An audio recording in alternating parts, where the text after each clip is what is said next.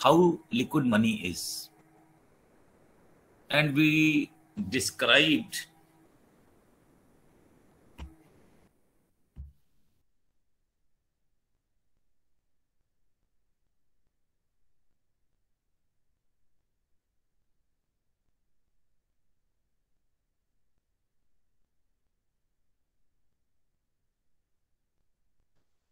क्या हो गया बेटा?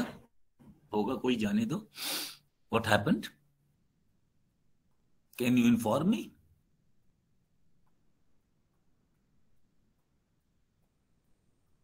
क्या प्रॉब्लम हो गई थी?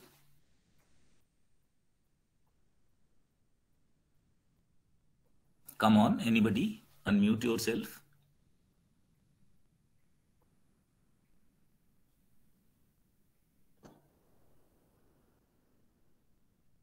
मेरी आवाज आ रही है?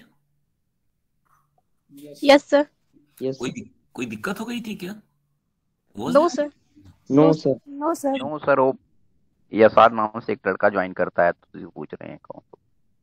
अच्छा, कोई बात, कोई भी ज्वाइन करे, कोई फर्क नहीं पड़ता. तो last time we were discussing the money supply from liquidity point of view, तरलता की दृष्टि से मुद्रा पूर्ति की परिभाषा. और हमने बताया था कि लास्ट परिभाषा ये आपको देनी है YV रेड्डी कमेटी की, that you have to explain. कभी कभी एक सवाल पूछ लेता है, व्हाट आर इट्स लिमिटेशंस, इसकी सीमाएं क्या हैं. फ्रैंकली 1990 की परिभाषा है, 1999 की परिभाषा है. जो मनी सप्लाई है उसमें कई तरह के चेंजेस आ रहे हैं, राइट. तो कई बुक्स में some limitations have been shown. For example, किसी ने लिखा है कि डेबिट कार्ड को M1, M2, M3 कहां पर शामिल करेंगे, या क्रेडिट कार्ड को कहां पर शामिल करेंगे, या पेमेंट वैलेट्स जो हमारे बनते हैं, एयरटेल वगैरह पेमेंट वैलेट्स वगैरह, इनको कहां पर शामिल करेंगे. So some people start questioning certain things. These are the limitations that certain new kind of money माने method of payment through wallets, through UPIs, इसको कैसे शामिल करेंगे. शैल दे बी इंक्लूडेड इन M1 और शैल दे बी इंक्लूडेड इन M3? ये एक बड़ा simple question है और ये PCS के एग्जाम्स वगैरह में भी पूछा जा सकता है. So keep one thing in mind. What is that in mind? Number 1, if you are talking of debit card और if you are taking of any kind of wallet, तो क्या ये नया पैसा है? Actually this is your bank money और any account money जो आपने खुद जमा किया है, and you are making a payment. So it's virtually a method of payment. The total money does not change. अभी कर रहे हैं कौशलेन. अभी हम कल की बात कर रहे थे लास्ट टाइम की कि इफ दिस क्वेश्चन कम्स, कौशलेन अभी will be doing that.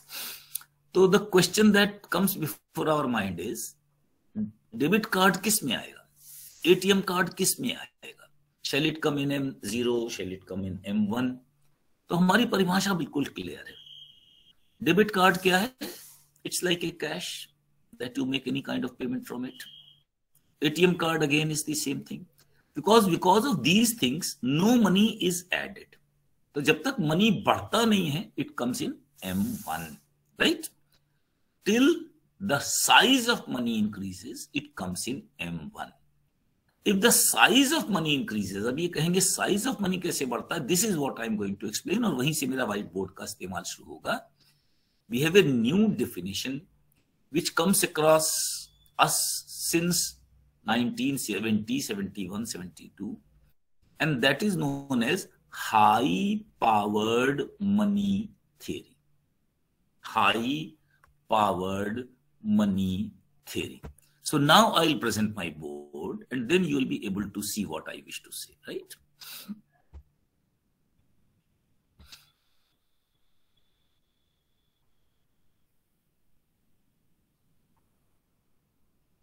Now is the whiteboard clear? Available? Yes, sir. Okay. Yes, sir. So now we will be discussing about high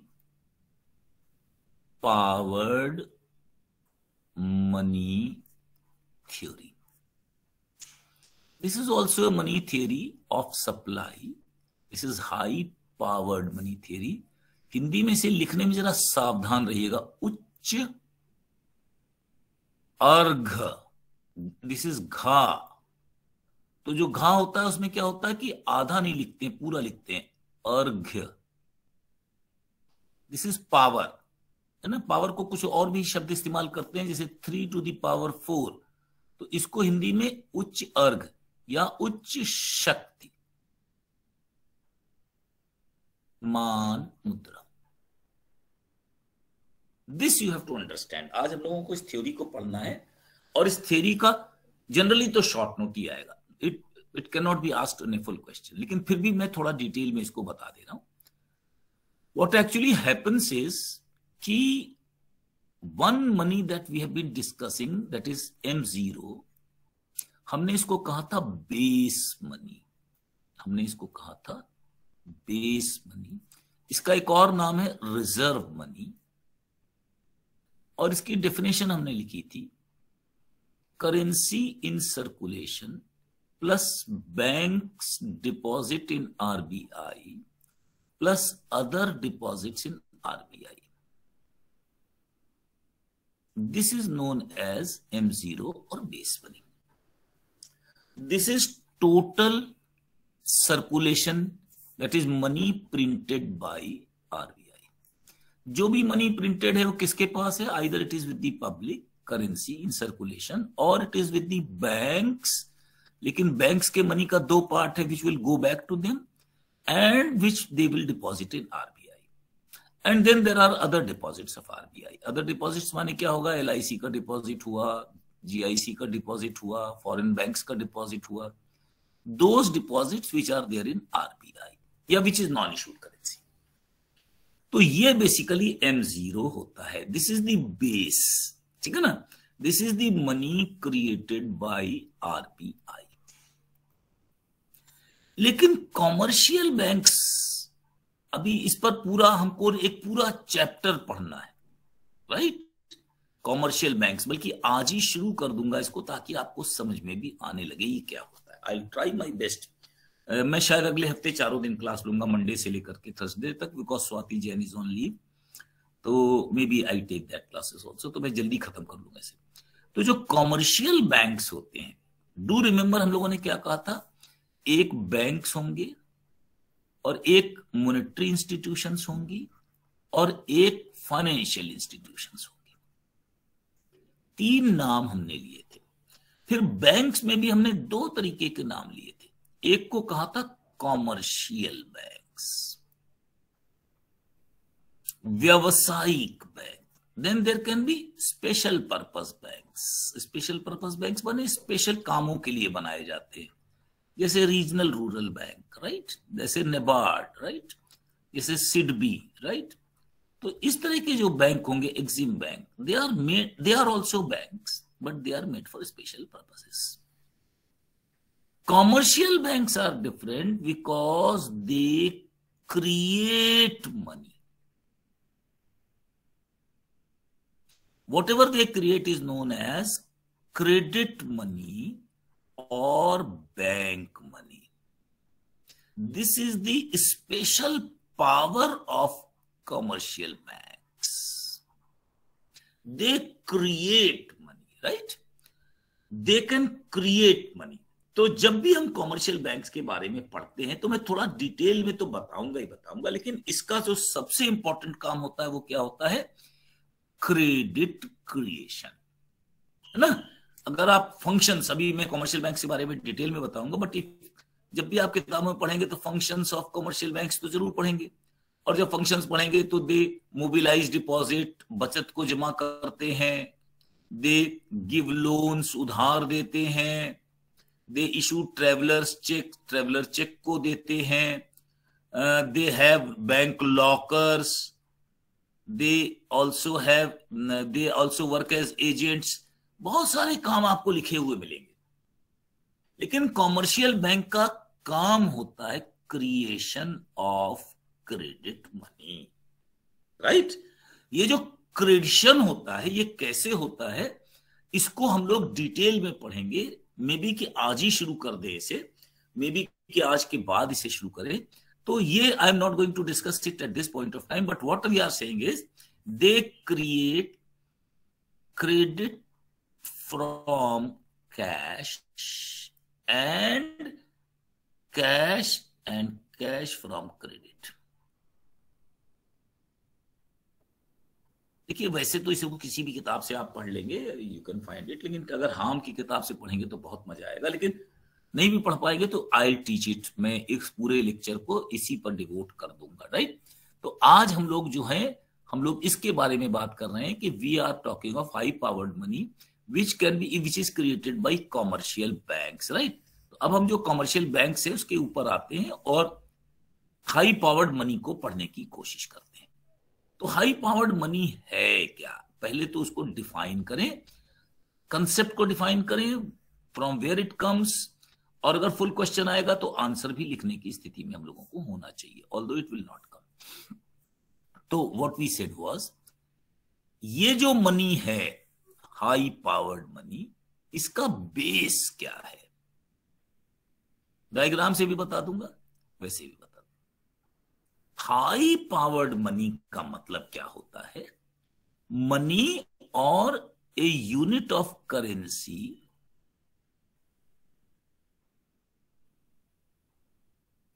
which creates more money. ये बात credit की ही है, याद रखना है कि इसको हम क्या कहेंगे, क्रेडिट क्रिएशन ही कहेंगे। लेकिन इसकी डेफिनेशन कैसे कहते हैं, according to high powered money supply, बस इसको रट डालना है, supply of money is determined by its demand. इस 6 अक्षरों को रट डालना है। High powered money says supply of money is not determined by RBI, it says it is determined by its demand, that higher the demand of money, higher will be the supply, lesser the demand of money, lesser will be the supply. This is strange. This believes that supply of money is not determined by this or by this. This is reserve money, this is supply. लेकिन total money supply is much larger, may be this is 1 crore, but the total money could in the market could be 7 crores, 8 crores, something like that. That money is created by commercial banks. तो पहला अंतर समझ लेना चाहिए, M0 is the money, is the official legal tender. M0 is base money, is reserve money. इसके लिए हमने क्या कहा, it's basically a legal tender. It is, what is it? It is a fiat money on the fiat of the government. This is a stock concept. This is a stock concept. इतना note छपा, either circulation में गया या reserve bank के पास वापस आ गया। लेकिन total currency and coins published, जो स्टॉक है on any day, it is called as base money और reserve money. This is has been doled out by reserve bank और is in its own coffers. या तो ये market में चला जा चुका है और या रिजर्व बैंक के पास ही जमा है। मैंने आपसे बताया था कि ये हिस्सा बहुत बड़ा होता है, ये हिस्सा बहुत बड़ा होता है, ये तो बहुत ही छोटा होता है। This is very very small, बहुत स्मॉल। अब हम लोग आपको समझाने जा रहे हैं कि क्या है ये सब्जेक्ट, क्या है, इसको समझने की कोशिश करते हैं। After we have understood this concept, मुद्रा की पूर्ति मुद्रा के मांग द्वारा निर्धारित होती है। हाई पावर्ड मनी थ्योरी के अनुसार मुद्रा की पूर्ति इससे निर्धारित नहीं होती, बल्कि किससे निर्धारित होती है, इसकी डिमांड अब इसका कंसेप्ट क्या है पहले इसको समझिए। हम लोगों ने कहा कि पब्लिक के पास करेंसी आ गई। हम अब बात कर रहे हैं थोड़ी देर के लिए M1 की या M2 की, जो भी बात कर लें। Let us talk of M1 और M2। हमने कहा the first part is currency with the public plus deposits in commercial banks, plus हमने थोड़ा सा आगे लिखा था सर्टिफिकेट डिपॉजिट। अब इसको जब हमने कहा बैंक डिपॉजिट्स, तो हम क्या कह रहे हैं इसमें? We are discussing all kind of deposits. All kind of deposit माने इसमें फिक्स डिपॉजिट्स हैं, that is time period deposit, recurring deposit हैं, टाइमली जमा करते हैं, या सेविंग डिपॉजिट भी हो सकते हैं। तो ये पैसा किसके पास जमा होता है? बैंकों के पास। याद रखिए हम किन बैंकों की बात कर रहे हैं? We are talking of only commercial bank, nothing else but commercial bank. तो इसका मतलब है we are talking of M2, mostly we are talking of M2, क्योंकि M2 में क्या आता है? Currency with the public plus all kind of bank deposits. M1 में क्या था? 1 साल से कम के बैंक डिपॉजिट्स। M2 में क्या है? 1 साल से ज्यादा के भी bank, all deposits, time deposit, saving deposit, 1 year deposit, 5 year deposit, 7 year deposit, कुछ भी जमा होता है। ये क्या कहलाता है? Bank deposits. तो ये जितने बैंक डिपॉजिट्स हैं, ध्यान से देखिए। मान लीजिए कि किसी एक बैंक की बात कर रहे हैं, SBI की बात कर रहे हैं, इसके पास एक दिन में 1 लाख करोड़ रुपए जमा हो गया। दिस इज एन एग्जाम्पल, सिर्फ आपको समझाने के लिए दे रहा हूं, बताना ही नहीं। तो ये क्या हुआ? बैंक डिपॉजिट हुआ। बट बैंक इस डिपॉजिट में से कुछ पैसा RBI के पास जमा कर देती है। ये क्या है? ये देखिए, ये लिखा हुआ है बैंक डिपॉजिट्स विद RBI। कितना जमा करती है? अभी हम केवल शब्द का इस्तेमाल कर रहे हैं, बाद में से एक्सप्लेन भी करेंगे। This is actually CRR, cash reserve ratio, या हिंदुस्तान में से हम वेरिएबल रिजर्व रेशियो भी कह सकते हैं। मान लीजिए कि SBI के पास 1 लाख करोड़ में से 8% जमा कर दिया, यानी हम लोगों ने 8,000 करोड़ रुपया जमा कर दिया। तो वो कहां चला गया? यहां से देखिए, बैंक डिपॉजिट्स में से 1%, पार्ट ऑफ दिस, टोटल नहीं गया। टोटल डिपॉजिट्स कितने हैं? 1 लाख करोड़। इसमें से कुछ परसेंटेज पैसा हमने किसके पास जमा कर दिया? रिजर्व बैंक के पास जमा कर दिया। अगर आप पीगू की क्वेश्चन याद करें तो हमने क्या लिखा है? C plus H 1 minus C। C क्या है? Cash at public. H क्या है? वो पैसा जो हमने बैंकों में जमा कर दिया। और 1 माइनस क्या है? C, ये वो पैसा है which the banks deposit to RBI। ये तो पैसा RBI में चला गया, इससे कोई मतलब नहीं। We are not talking of it. We are talking of those deposits जो RBI के पास नहीं गया, जो RBI के पास नहीं गया। तो जो RBI के पास नहीं गया, ये जो बैंक डिपॉजिट्स हैं, यहां पर एग्जाम्पल पे हमने देखा था total deposits are 1 lakh crore, इसमें से 8,000 crore has been given bank to RBI। तो ये तो RBI के पास चला गया, this money is gone with RBI। यहां से जो बाकी बचा हुआ पैसा है, the money that is saved with us, इसका बैंक क्या करते हैं? इससे वो करते हैं क्रेडिट। रुकना है,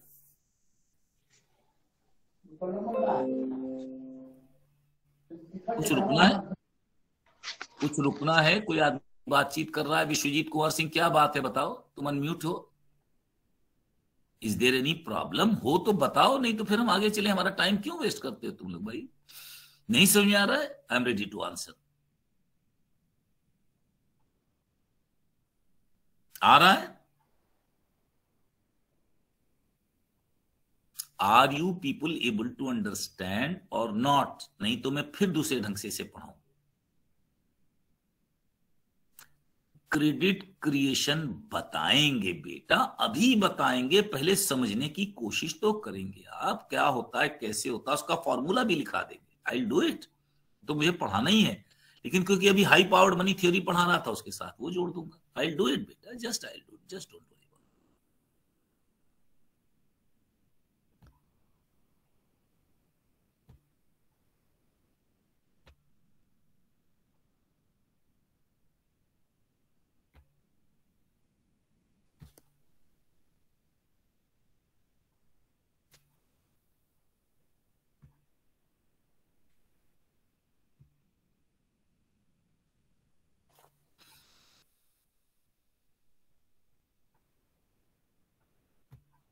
तो हम लोग पढ़ने, चलिए थोड़ा सा मैं क्रेडिट क्रिएशन के बारे में बता ही देता हूं। फॉर्मूला अभी नहीं पढ़ाऊंगा, फॉर्मूला कल पढ़ाऊंगा, लेकिन मैं बता देता हूं। मिस्टर ए ने किसी बैंक एक्स पर 1,000 रुपया जमा किया। There is some mister X who has deposited rupees 1,000 in any bank से X। तो पहली चीज क्या लिखनी है, याद करनी है, एक शब्द याद करना है, लायबिलिटी, दायित्व। चाहे इन्होंने सेविंग डिपॉजिट में जमा किया है तो किसी भी दिन निकाल सकते हैं, फिक्स डिपॉजिट में जमा किया है, although he can take it out after some time, किसी में भी जमा किया है। ये क्या है, this 1,000 rupees is bank liability. Bank को ये पैसा जब ये मांगेंगे देना पड़ेगा। अगर ये सेविंग डिपॉजिट है तो क्या होगा, एक चेक बुक इनको मिल जाएगी और उस चेक बुक का इस्तेमाल करके ये पेमेंट कहीं भी कर सकते हैं। तो if you have a cheque book, आपने 1,000 जमा किया, you can give the cheque of 500-600 rupees to anybody. आप तुरंत उस चेक से पेमेंट कर सकते हैं। That means bank is liable. Cheque में क्या लिखा होता है, चेक में लिखा होता है प्लीज पे, है ना, mister so and so rupees 1,000 और साइन कर रहे हैं आप। ये आपका पैसा है, आपने इसको किसी को भी दे दिया, please pay to mister so and सो।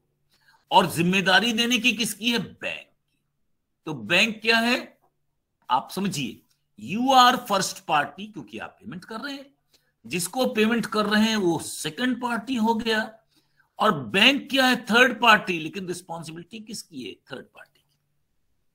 तो जो आदमी जाएगा बैंक और उसको पैसा मिल जाएगा, this is called as banks liability. तो अगर ए ने 1,000 रुपीज जमा किया तो it is the liability of the bank, it is the liability of the bank to pay rupees. जो भी आप देंगे, कितना दे सकते हैं, 1,000 जमा है तो 1,000 की चेकबुक आपके पास होगी।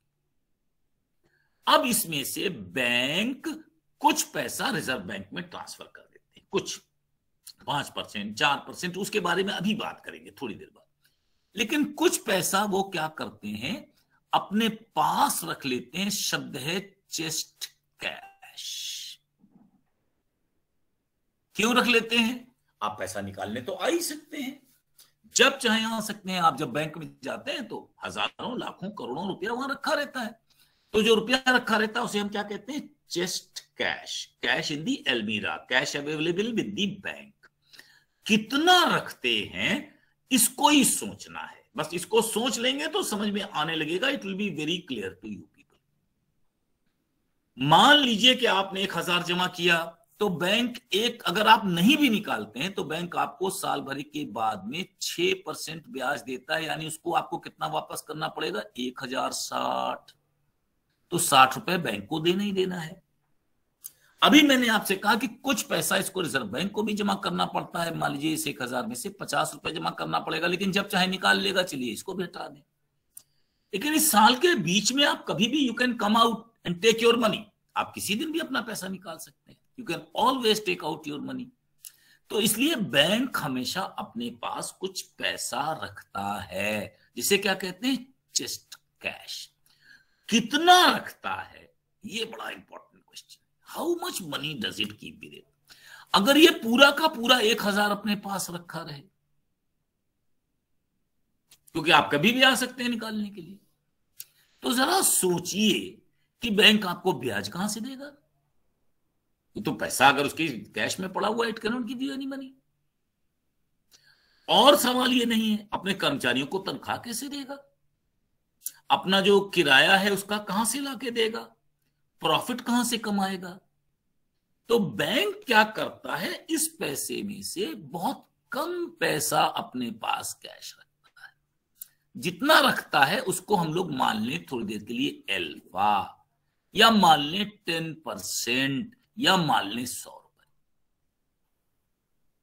कहां से आया अल्फा अभी इस पर डिस्कशन नहीं कर रहे, लेकिन इतना पैसा उसने रख लिया अपने पास। कितना पैसा रख लिया? मान लीजिए 10% रख लिया।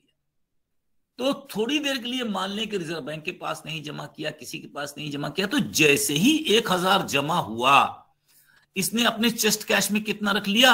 100।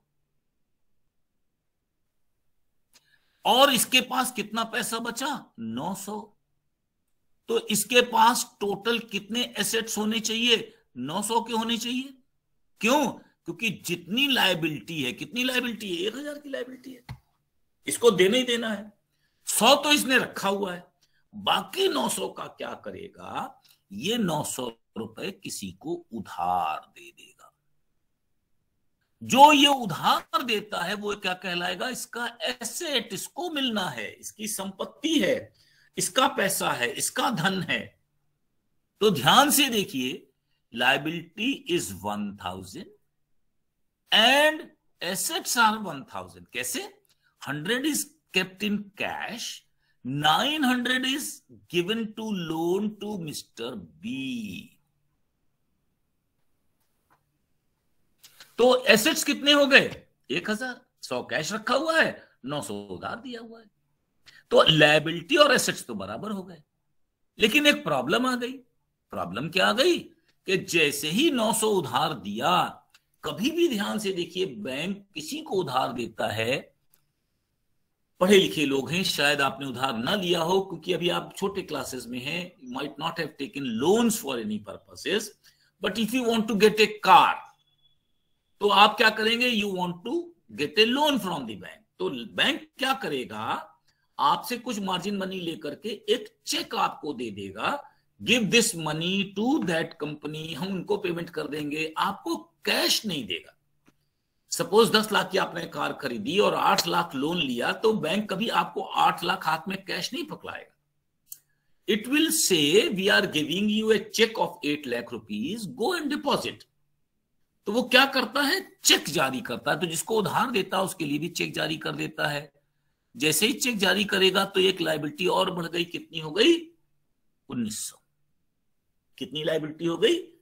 1000 पहले आदमी को चेकबुक दिया है, 900 दूसरे आदमी को चेकबुक दे दिया जिसको उधार दिया, तो liability has now increased. If liability has increased, फिर क्या करेगा? 90 रुपए कैश रख लेगा अपने पास, 10%, क्योंकि हमने अल्फा कितना माना है? 10%। हम 20% भी मान सकते थे, 15% भी मान सकते थे, हमने 10% माना। तो 90 रुपए अपने पास उधार रख लेगा। और क्या करेगा? तुरंत 810 रुपए किसी और को उधार दे देगा। अब इसके एसेट्स कितने हो गए? फिर से देखिए, 900 लायबिलिटी, 900 एसेट्स। जैसे ही ये किसी को 810 रुपए उधार देगा, लायबिलिटी इंक्रीजेस, फौरन ये क्या करेगा? 81 कैश रख लेगा और 729 फिर किसी सी को उधार दे देगा। और वो ऐसे ही करता चला जाएगा। कितना करेगा? फॉर्मूले से बाद में सिद्ध करूंगा, अभी सिर्फ समझा रहा हूं। Assets and liability shall always be equal. ये 100 को धीरे धीरे नीचे करते करते कभी तो ये 0 हो ही जाएगा, मतलब ये 1000 हो ही जाएगा। कैसे? पहली बार 100, फिर 90, फिर 81 जोड़ते चले जाएंगे तो दिस विल बिकम 1000। पूरा का पूरा 1000 कैश में बैंक में रहेगा और बैंक इतना उधार दे देगा, इतने चेक बना देगा। This is credit creation. ये साख सृजन है। बैंक के पास ओरिजिनली कितना जमा हुआ था? 1000। कितने की चेकबुक बांट चुका है? 1000 प्लस 900 प्लस 810 प्लस 729 प्लस पता नहीं कितना कितना, ऑलमोस्ट कितना होगा वो फॉर्मूले से पता चल जाएगा। वो मैं फॉर्मूला सिखा दूंगा, वो बहुत आसान फॉर्मूला है, आज ही सिखा सकता हूं, वो भी कोई बड़ी प्रॉब्लम नहीं। कही तो आज पहले फॉर्मूला ही सिखा दो, लेकिन पहले इस प्रोसेस को समझ लीजिए। Please try to understand the process what the banks do. They have certain deposits and with these deposits they create cash. इस कैश से क्या करते हैं? They give credit and from this credit they again create cash.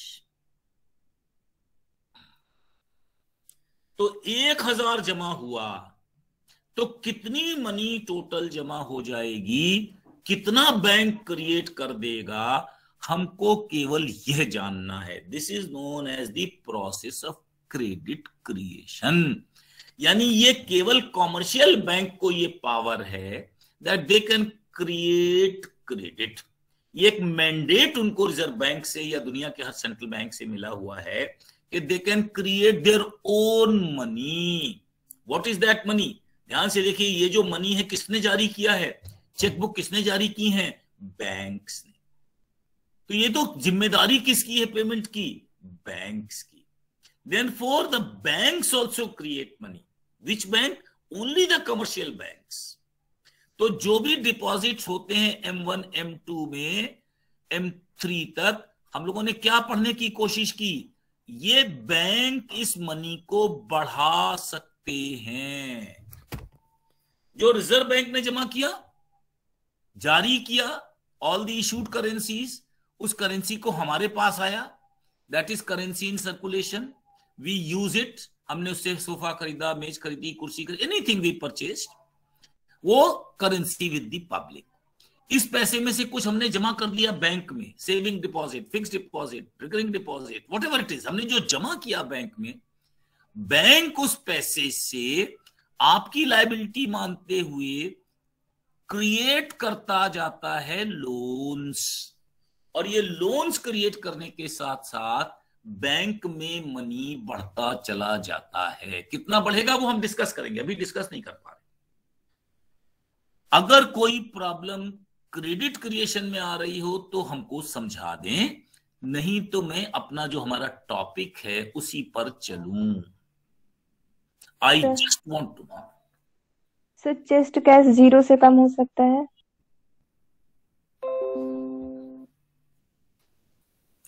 Chest cash 0 से कम कभी नहीं हो सकता। चेस्ट में अगर पैसा नहीं है तो अगर हम बैंक के पास अपना पैसा मांगने जाएंगे तो बैंक हमें पैसा कहां से देगा? बैंक कभी कभी, हाँ बोलो। कभी कभी ऐसा होता है ना कि बैंक दिवालिया निकल जाता है तो अपना पैसा वापस नहीं करता, तो इस कंडीशन में 0 हो सकता है? नहीं, 0 फिर से 0 नहीं हो सकता है। अभी मैं आपका नाम नहीं जानता, बिटिया ने जो लिखा है that might be different thing. मैं आपको एक चीज समझाने की कोशिश कर रहा हूं। अब आप दिवालिया होने की बात कर रही हैं तो भी हम डिस्कस करते हैं, राइट? हम लोग ये डिस्कस कर सकते हैं कि दिवालिया कब हो सकता है बैंक। हमने, आपका क्वेश्चन बिल्कुल अलग है तो हम अलग ट्रैक पर चल रहे हैं। इसको मैं समझा रहा हूं, लिख के नहीं बता रहा। अभी हम लोगों ने क्या बताया? बैंक में लोगों ने 1000 जमा किया और बैंक ने उसके बदले में क्या किया? 10% अपने पास रख लिया और बाकी उधार दे दिया। तो जिसको उधार दे दिया वो तो आज जमा नहीं करेगा ना पैसा वापस। He will deposit it at a later date, 1 महीने बाद, 2 महीने बाद, 6 महीने बाद, जो भी समझ लीजिए। तो टोटल बैंक में जिन लोगों ने पैसा जमा किया उसका कुछ परसेंटेज ही तो चेस्ट कैश में है, कुछ परसेंटेज, है ना? मान लीजिए दिस इज अराउंड 10%, मान लीजिए अराउंड 10%। तो अगर लोगों को यह पता चल जाए कि इस बैंक के पास पैसा नहीं है, तो जिस भी आदमी ने पैसा जमा किया होगा, 5 रुपए, 50 रुपए, 500 रुपए, 5000 रुपए, वो लाइन लगा के खड़े हो जाएंगे, भैया मेरा पैसा मिल जाए, मुझसे क्या मतलब और लोगों से। और अगर स्टेट बैंक ऑफ इलाहाबाद से लाइन लगनी शुरू होगी तो फाफा मऊ तक तो चली जाएगी, क्योंकि पैसा कितने लोगों ने जमा किया है? कम से कम 30-40 हजार लोगों ने जमा किया हुआ है पैसा। और जो उधार लेके बैठे हुए हैं वो तो उधार देने आएंगे नहीं वापस, तब बैंक दिवालिया हो सकता है। Why can't?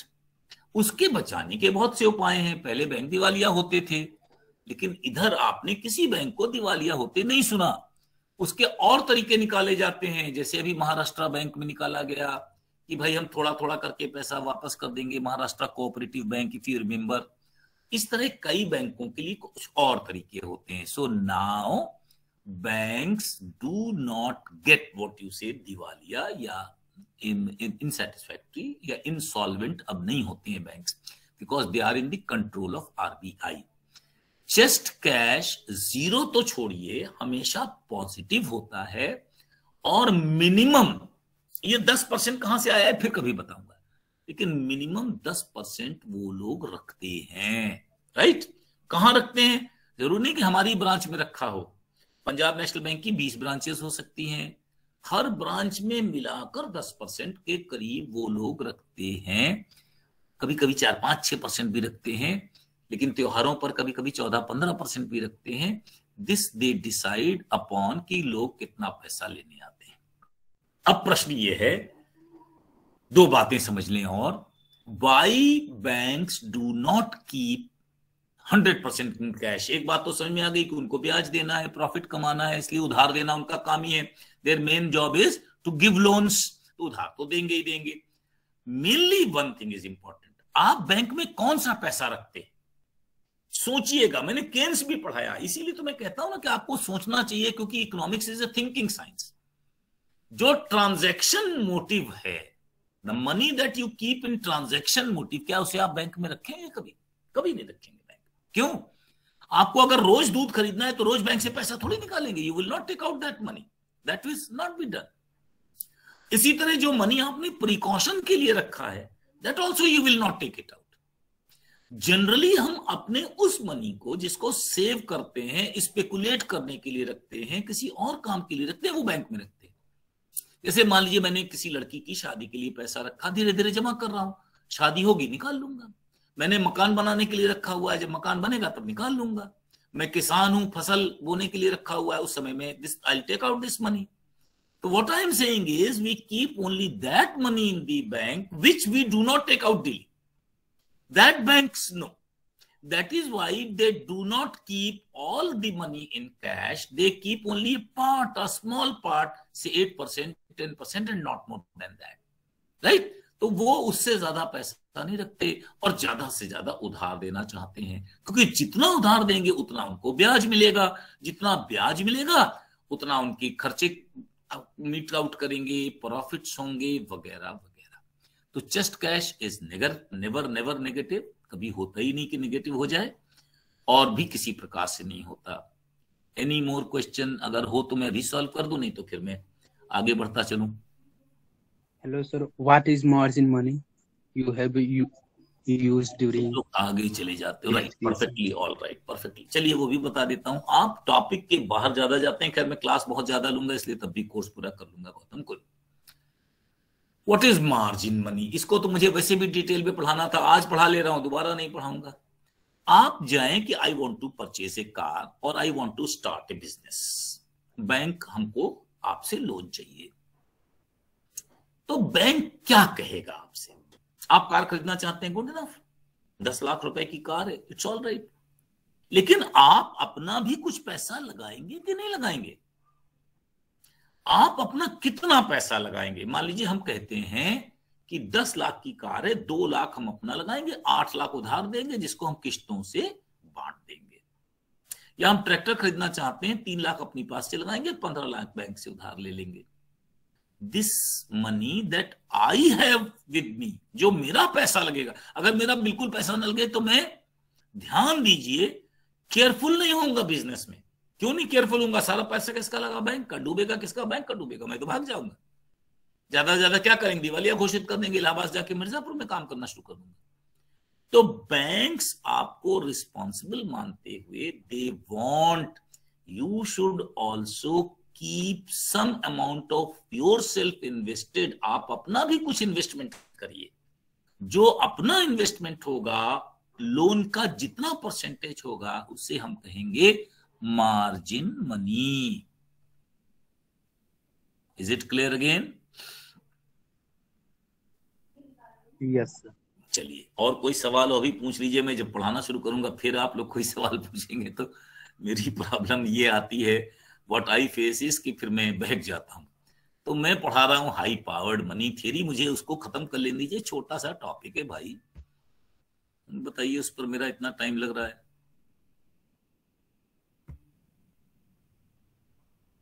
अभी नहीं बताएंगे सब, तुम लोग अभी पूछ लोगे तो फिर क्लास पढ़ाने का क्या मतलब रहेगा। ऐसे ला तो पढ़ाएंगे ही, अभी थोड़ी पढ़ा रहे।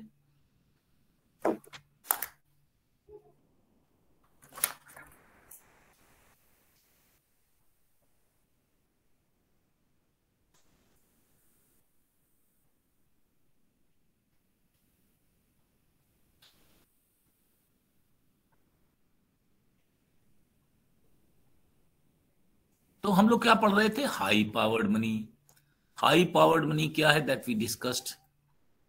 हाई पावर्ड मनी में हम लोगों ने कहा, व्हाट वी सेड, अभी इसकी आज मुझे अब वो बना लेने दीजिएगा डायग्राम, फिर कुछ पूछिएगा।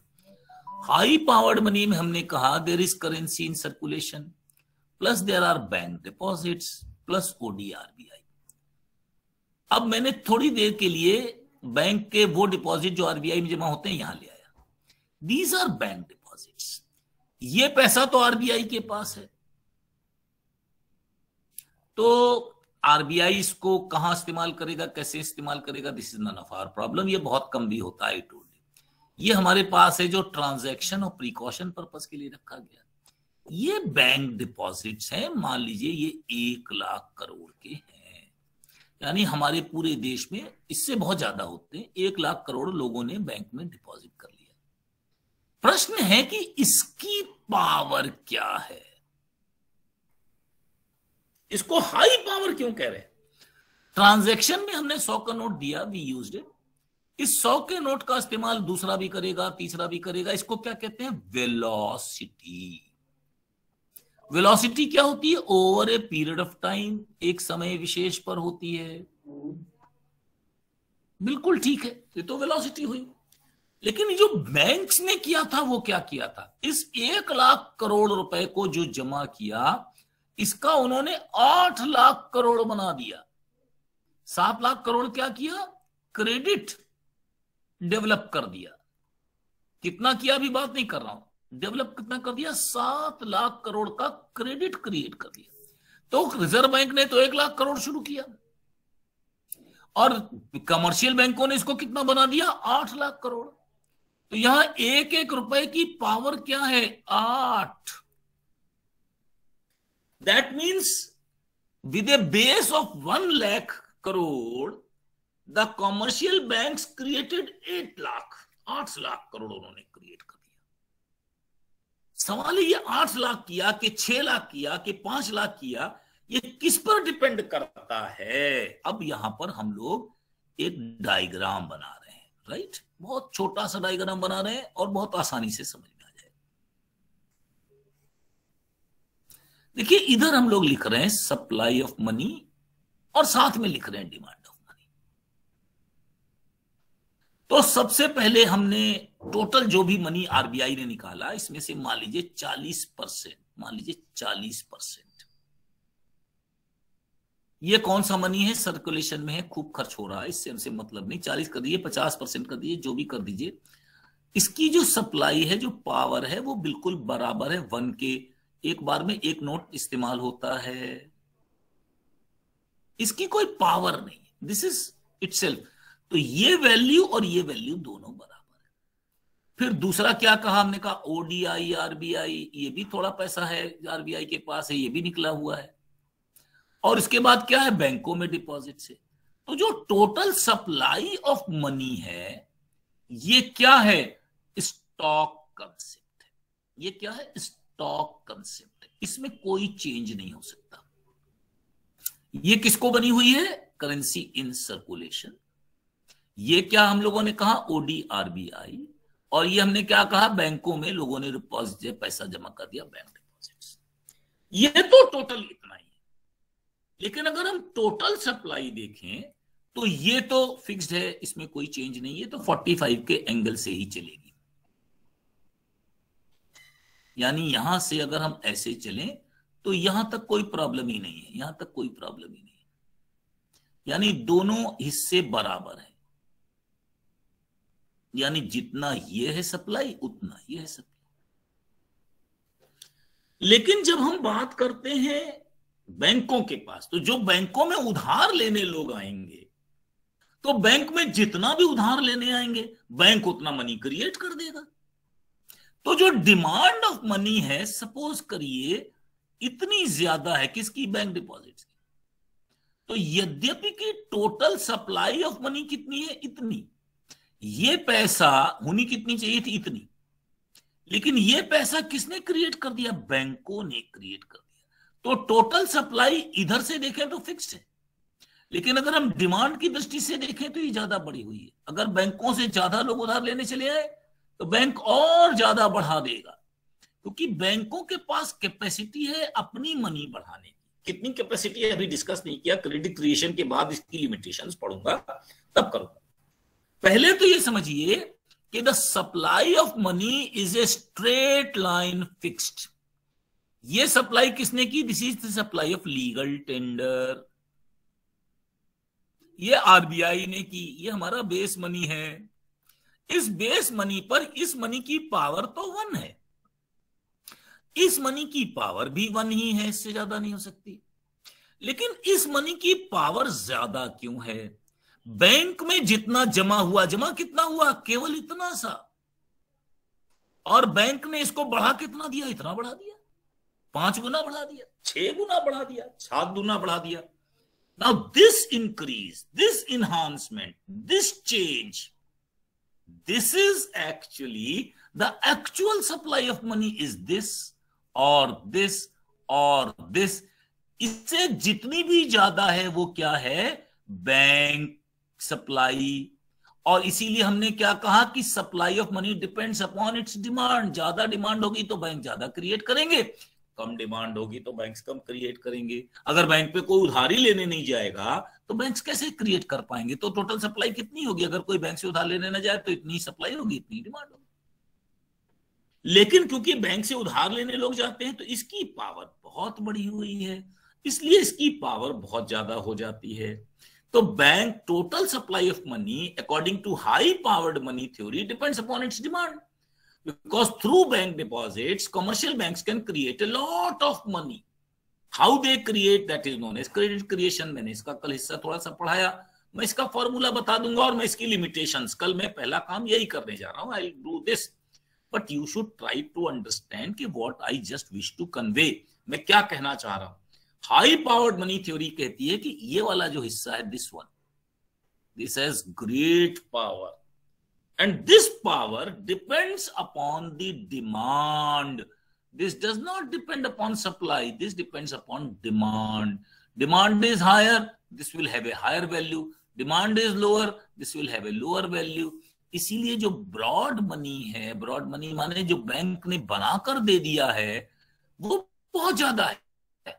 एक बेस मनी था, इस बेस मनी को हमने बैंक में जमा किया, और जब जमा करने के बाद जब बैंक से निकला मनी तो पता चला ब्रॉड मनी हो गया। ब्रॉड मनी क्या, जितना बैंक ने बढ़ा दिया मनी, क्रेडिट जितना बढ़ा दिया, that is known as broad money. तो ब्रॉड मनी का मतलब ही सिर्फ ये है, the money that has been created by reserve bank and has been broadened by the commercial banks. कितना कर सकते हैं, this will depend upon the demand, not on the supply, because supply is fixed. तो supply is a fixed concept. If we look at from the reserve और base point of view, अगर हम आधार मुद्रा देखें तो वो तो फिक्स्ड है, उसमें तो कोई चेंज हो नहीं रहा। आधार मुद्रा को जब चेंज करेगी तो आरबीआई चेंज करेगी, उससे हमसे कोई मतलब नहीं। M0 के आंकड़े 1 हफ्ते में आ जाएंगे, लेकिन ब्रॉड मनी के आंकड़े 3 हफ्ते में आएंगे। कितना बढ़ाया ये तो डिपेंड करेगा ना, कितनी डिमांड है, किस समय ज्यादा डिमांड है, किस समय कम डिमांड है। बैंक के पास पैसा पड़ा है, no one is demanding, what can be done, उसमें हम लोग कुछ कर ही नहीं सकते। That is why we say high powered money theory believes that the supply of money is determined by its demand and not by its supply, because the bank money can be having a higher power। दो बातें important हो गई, हम कितना बैंकों में पैसा रखते हैं और बैंक उनसे कितना बनाते हैं। तो ये डिपेंड करेगा, हम बैंक में ही पैसा ना रखें कोई प्रॉब्लम ही नहीं, सारा का सारा खर्च कर दें, मनी बढ़ेगा ही नहीं। दूसरा, अगर हमने जमा किया तो मनी कितना बढ़ सकता है, it will depend upon the demand of the money. अब मुझे बताओ कोई चीज इसमें समझ में ना आई हो तब मैं समझाऊं। क्रेडिट क्रिएशन में आज नहीं ले पाऊंगा क्योंकि वो इतना छोटा टॉपिक नहीं है, it's not that small topic. Anyone, is there any problem, कोई समस्या? एक छोटी सी थ्योरी और पढ़ानी है। कितना टाइम हो गया, कुछ अंदाज है? क्लास की खत्म होने का टाइम हो रहा है तो कल कर दूंगा। आप लोगों को समझ में नहीं आता इसलिए नहीं बोलते या कोई और प्रॉब्लम है? अच्छा, 9:47, okay. Is there any problem? No sir. सब समझ में आ गया, वेरी गुड। तो आज हम लोग छोड़ देते हैं, नीरज ने भी कह दिया, बहुत से बच्चों ने कह दिया, वी बिलीव इट। आज हम लोग छोड़ देते हैं, कल हम एक छोटी सी थ्योरी 2-3 मिनट की और पढ़ा देंगे, कभी शॉर्ट नोट में आ जाए, and then we will discuss with credit creation. Credit creation का फॉर्मूला पढ़ाएंगे एंड देन क्रेडिट कंट्रोल। तो क्रेडिट क्रिएशन पढ़ाने के लिए I will start with commercial banks. Thank you all. Thank you, sir. Thank you, sir. Thank you, sir. Thank you, sir. Thank you, sir. Thank you, sir.